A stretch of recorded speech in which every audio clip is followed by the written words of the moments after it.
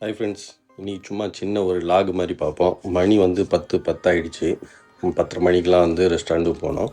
10 மணிக்கு ரெஸ்டாரண்ட்டுக்கு போய்ட்டு செட்டப்லாம் போட வேண்டியது இருக்குது. செட்டப் போட்டு ஆர்டருக்கு போடுறதுக்காக நம்ம ரெடி ஆகிக்கணும். அந்த கவுண்டர் லைன்லாம் செட் பண்ணணும். அந்த கவுண்டர் லைன்லாம் எப்படி செட் பண்ணுறாங்க, என்ன பண்ணுறாங்க அப்படின்றத பார்ப்போம். பார்த்துட்டு அப்புறம் நான் ஆர்டர் போடுறதுக்கு ரெடி ஆகிடுவேன். அதோட லாக் முடிஞ்சது. சும்மா சின்ன லாக் தான். வாங்க பார்ப்போம்.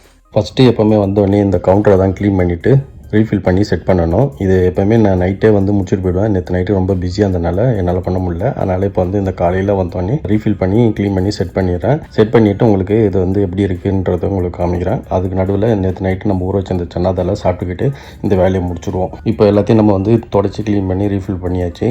இந்த மாதிரி செட் பண்ணி வச்சா தான் நம்மளுக்கு ஆர்டர் வந்தோடனே சீக்கிரமாக ஆர்டர் போடுறதுக்கு ஈஸியாக இருக்கும்.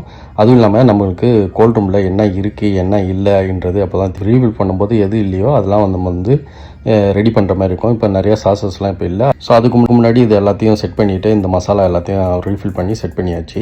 ஸோ இதுதான் கோல்ட் ரூமு. இந்த கோல்ட் ரூம்லேயே எல்லாத்தையும் செட் பண்ணிடணும் காலையில் வந்தோடனே. ஏன்னா எல்லாம் அப்படியே நைட்டு பிஸியாக இருக்கும்போது போட்டுட்டு போயிடுவோம்.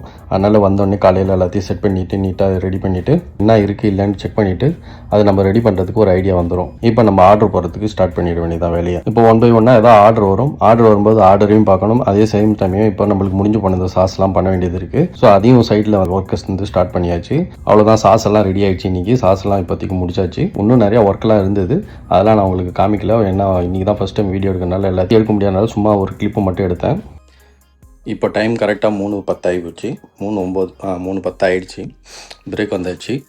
இன்றைக்கி வேலையெல்லாம் முடிச்சுட்டு எல்லாத்தையும் ஆர்டர்லாம் போட்டுக்கிட்டு வேலையும் பார்க்கணும், ப்ரிப்பரேஷனையும் பார்த்துக்கிட்டு ஆர்டரும் போடணும். ஆர்டரும் போட்டு முடிச்சுட்டு எல்லாத்தையும் முடிச்சுட்டு பிரேக் வந்தாச்சு. இதுக்கப்புறம் ஒரு 2 மணி நேரம் பிரேக்கு. திரும்ப 5 மணிக்கு திரும்ப ரெஸ்டாரண்ட்டுக்கு போகணும். திரும்ப போய்ட்டு வேலையை பார்க்கணும்.